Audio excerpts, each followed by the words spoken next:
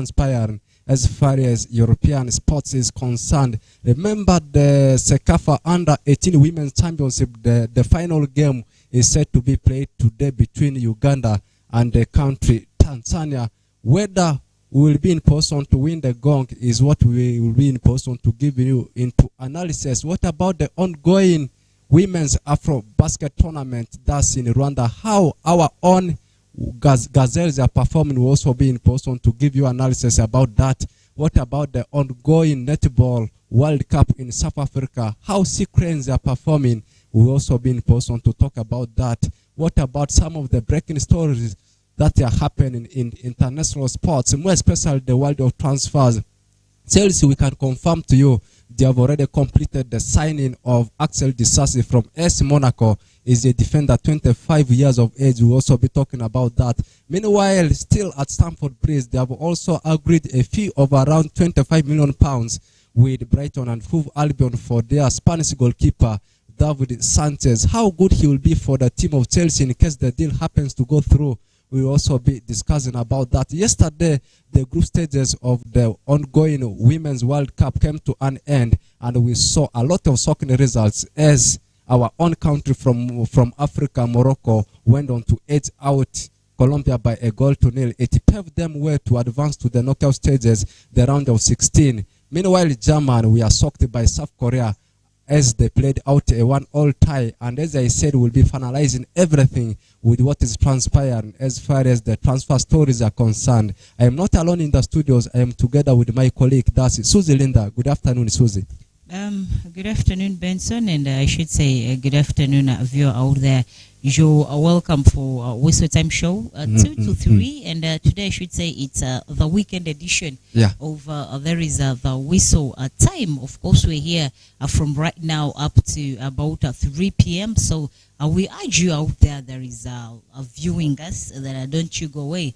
Stay glued to there is a Whistle Time, and that is at West Nile TV, because we are here to light up the region for you. We bring to you anything sports, okay, everything sports. That is it.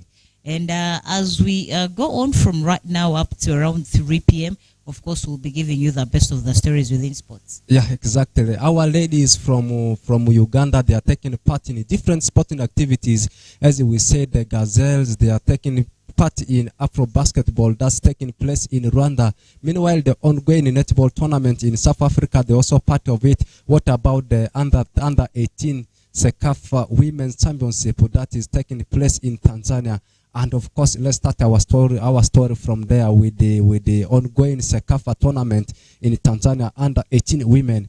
And the finals are set to be played today, a game between Uganda and Tanzania. If you take a look at the table standing, the both sides are all sharing the same number of points. They are all having 9 points. You take a look at how Uganda has been performing. They have so far played 3 games. Their first encounter, it was up against Ethiopia, which they won by a goal to nil. The second game was up against Zanzibar.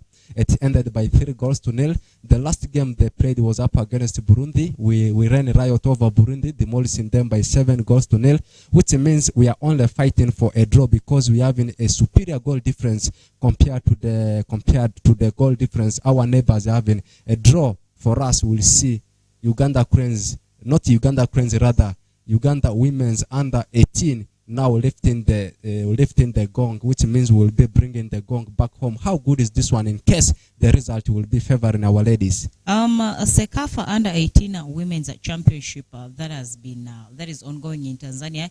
I should say I think it's only in the first game where our ladies had challenges, where we saw them having a lot of challenges, but then after that I think they sat down and realized where exactly the challenges were, and they worked upon those challenges actually that were down there. That's why after that we've been seeing a lot of tremendous results down there. They have been beating the opponents for fun.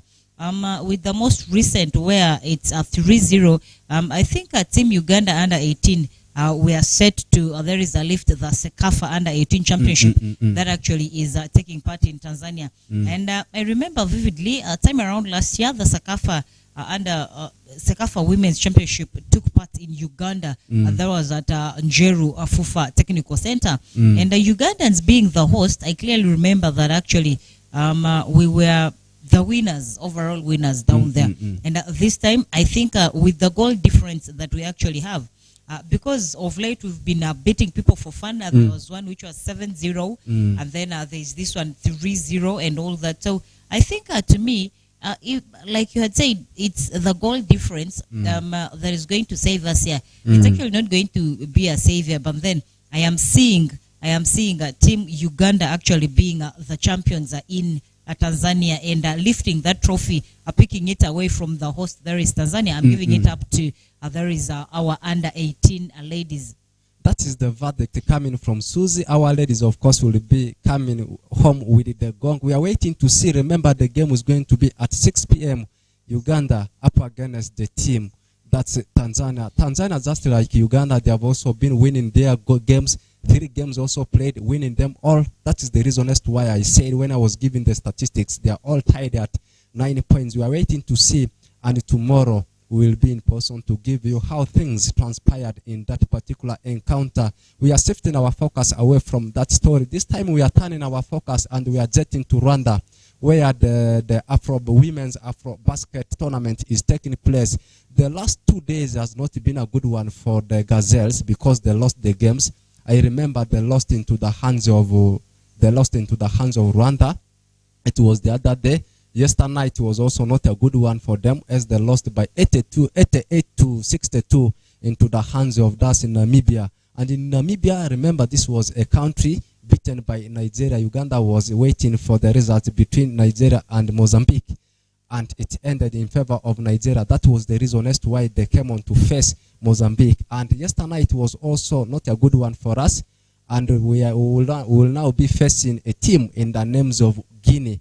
And in case we beat Guinea, which means we'll be concluding the tournament in the 7th place, do you think we have the chance to finish at number 7? The Gazelles, I should say, they're doing quite well.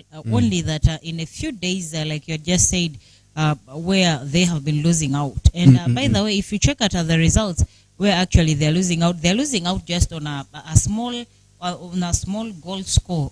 Truly. So I think if they've lost continuing to there is the next level, and they've lost the very first positions. But then if they are able to, I should say for now, the game actually they are taking part in is now classification, because it determines the position you get to finish in, and they really need to get serious to finish also in a better position to get some of those automatic promotions to the next levels. There is in the next season as it kickstarts. So apparently for now I am giving it out also to Gazelles. Okay, I don't know if I am being too patriotic. No. What? Because one for the Sekafa women under 18, I also gave it to our own ladies, because that one, the statistics was very clear. Yeah. You would see in that with the goals, Ugandans have been scoring goals for fun down there. So apparently when it reaches to the Gazelles, they are trying, by the way, they are trying so hard to see to it that actually they cop up. They do like the rest of the girls. They get to do like the footballers, the under 18 Sekafa girls. They're also trying to be developmental. They're also trying to be good as maybe the Shikrens, I should say. If you look at these both sides, they're doing very well. And Gazelles are equally doing well, I should say. They're not so badly off. Yeah, for sure, they are not badly off. And as I said, I still want to repeat it again. Our ladies are taking part in 3 different sporting activities. The basketball, they are part of it. Netball, they are part of it. You also talk about Sekafa and 18 Women's Championship, they are part of it. And that is the reason as to why when we are discussing football, we said we actually having a very big tie coming tonight between the country Uganda up against Tanzania. If you take a look at the statistics of Gazelles, how they started, they have started becoming unpredictable. When you expect them to pick defeat, that's when they will come on board and surprise the world. We remember the game they played on Saturday, last Saturday, up against Senegal. Senegal is one of the biggest countries when you talk about women's basketball. They upset the side, beating them. And after that, it was against our neighbors, the DRC, they won that one. And the host country, Rwanda, when you talk about women's basketball, Rwanda, I don't know where they are rated. They are not in top 10 in Africa. They are not even in top 15 in Africa. But they upset our own Ugandans. And the recent game they played, they lost it. And again, as we said, against Mozambique, they lost it, losing 2 games back to back. And as you said, we never know. Tonight they may bounce back from the consecutive defeats they have picked, and may convince the fans and put something on the table for the fans, as we will be facing Guinea. Away from that story, we also turn in our angle to another story, and we are jetting to that South Africa, where the netball World Cup is taking place. We have in so many countries from the different parts of the continent, so many countries rather from different parts of the world, and Uganda Sea Cranes, we are happy because they are part of it. And just like how things had been transpiring in the Afro basketball tournament, they have also dropped in terms of winning games. They also started very well. I remember the first game they beat Singapore. After that, they lost into the hands of New Zealand.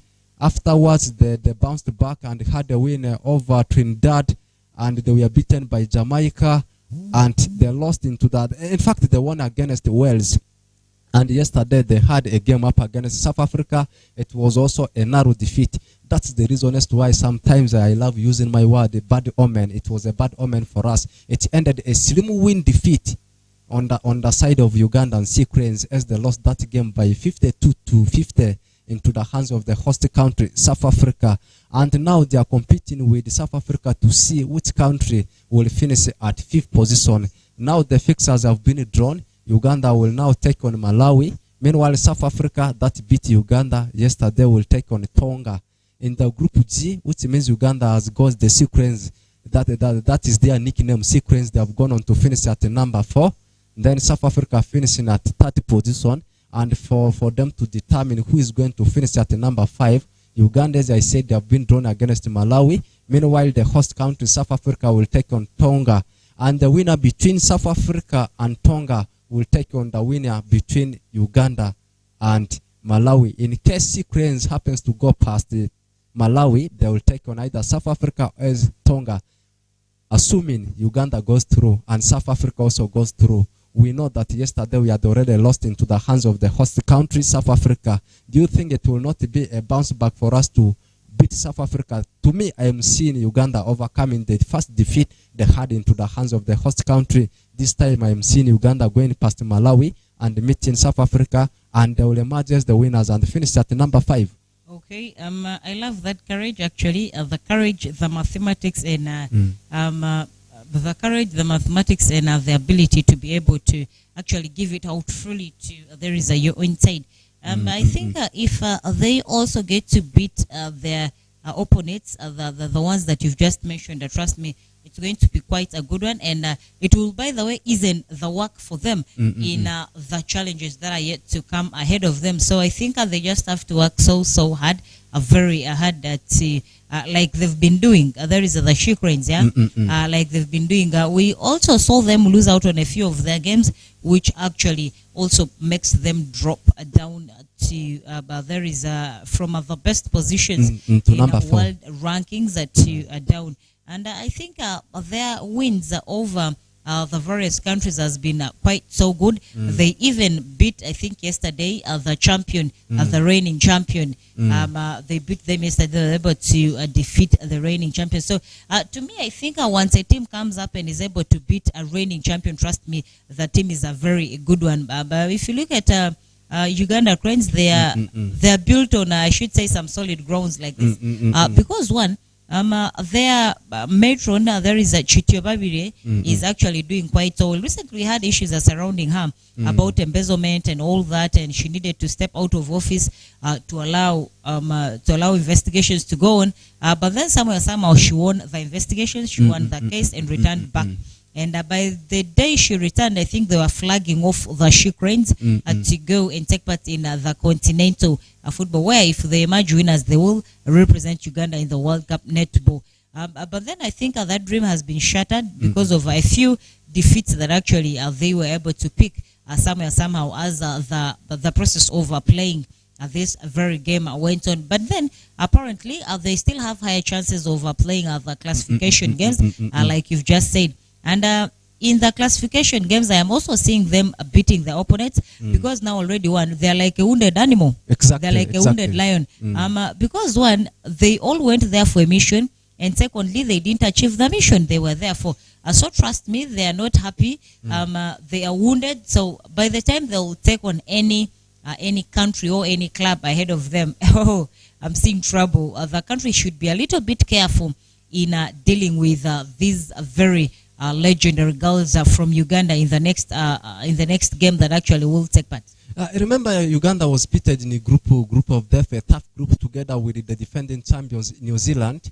They were together with Trinidad and Tobago, not forgetting about Singapore. When you talk about Singapore and New Zealand, these are the countries that are always known of performing very well when you talk about netball competition. And New Zealand is also another country that's taking part in several sporting activities in the ongoing Women's FIFA World Cup. They are part of it, and actually they are the co-host together with Australia. They are performing very well. They went on to finish on top in their group. That's in Group A. I'm talking about the FIFA Women's World Cup, and also in the netball, they are the defending champions. Remember, they have the pressure, and the game Uganda actually played with New Zealand, they were not actually demolished. They were not thrust. They put something on the table for their fans. They tried with New Zealand, and it's not the first of its kind. We are seeing sea cranes going to the Netball World Cup. It's their second time. This one is bringing us to some little bit of comparison, comparing Uganda Cranes, the men's team, with the sea cranes.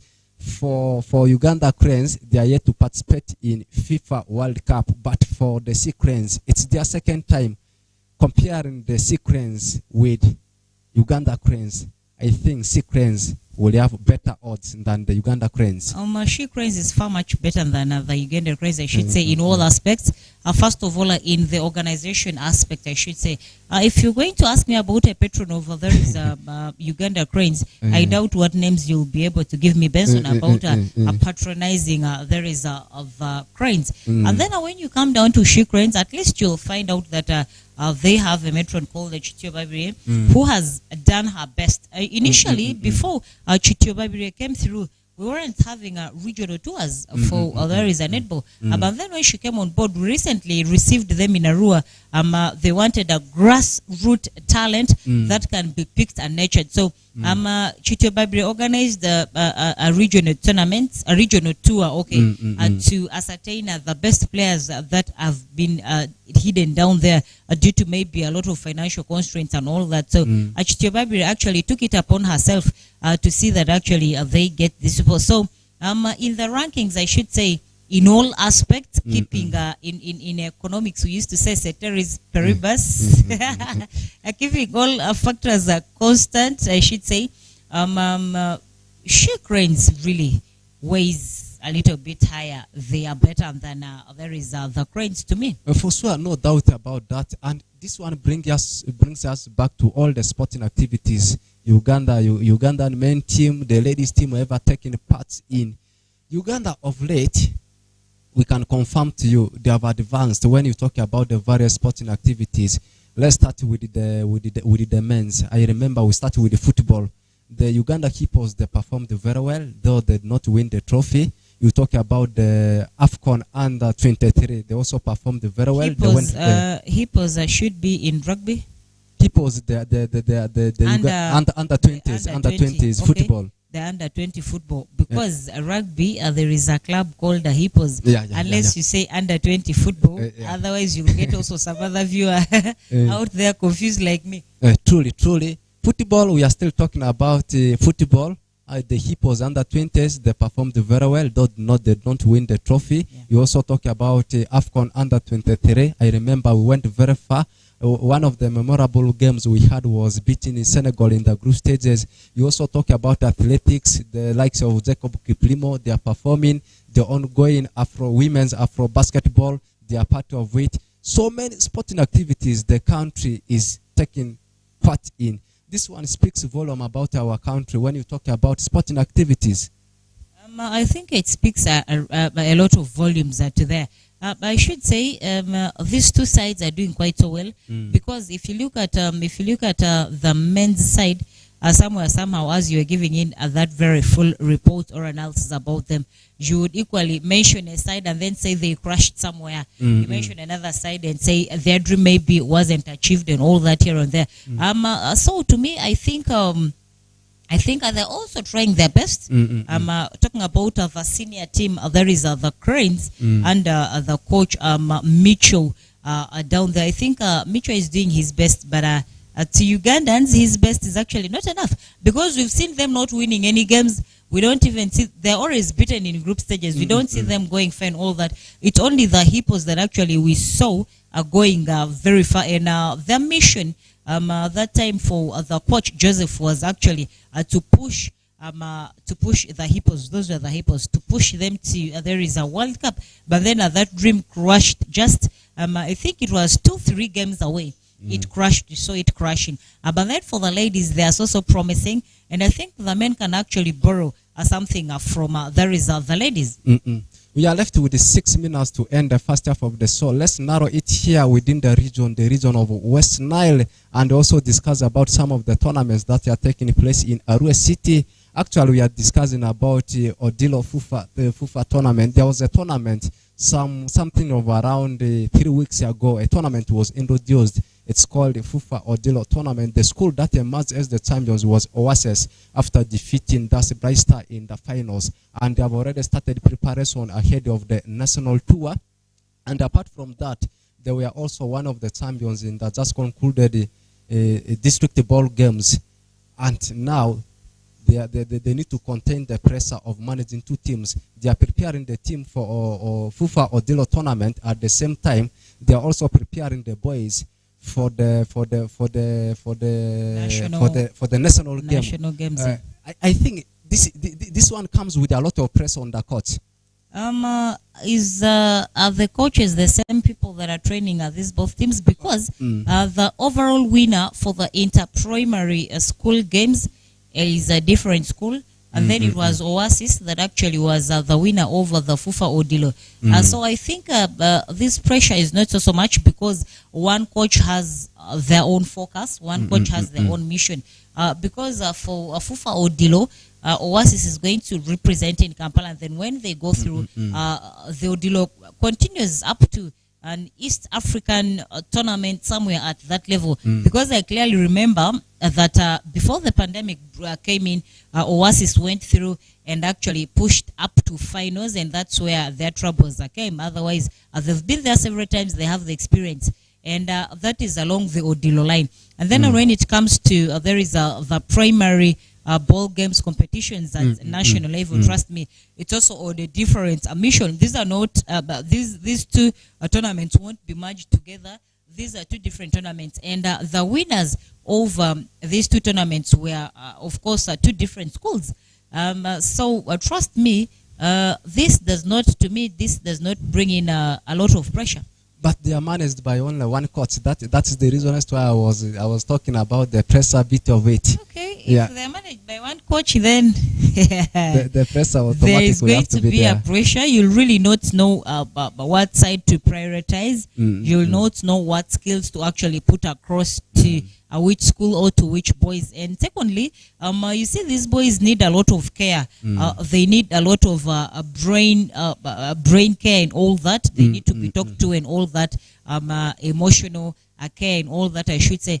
So this really is going to be hard. And I think the coach is going to, if the coach was me, I would have given out one side to either a colleague, and then I monitor and tell the colleague what to do here and there. But then I really doubt if one person can manage two sides that are to take part in two a very big national tournament. It becomes very hard. Yeah, people are expecting a lot about the saga of Arua Hill. Stories are breaking here and there about Onduparaka. In fact, before we go for the first half break, you might be having one or two things to be put on the table for the viewers about these clubs. About Arua Hill, there is not so much to discuss because whatever it is that is taking part in Arua Hill, I think we already discussed that yesterday.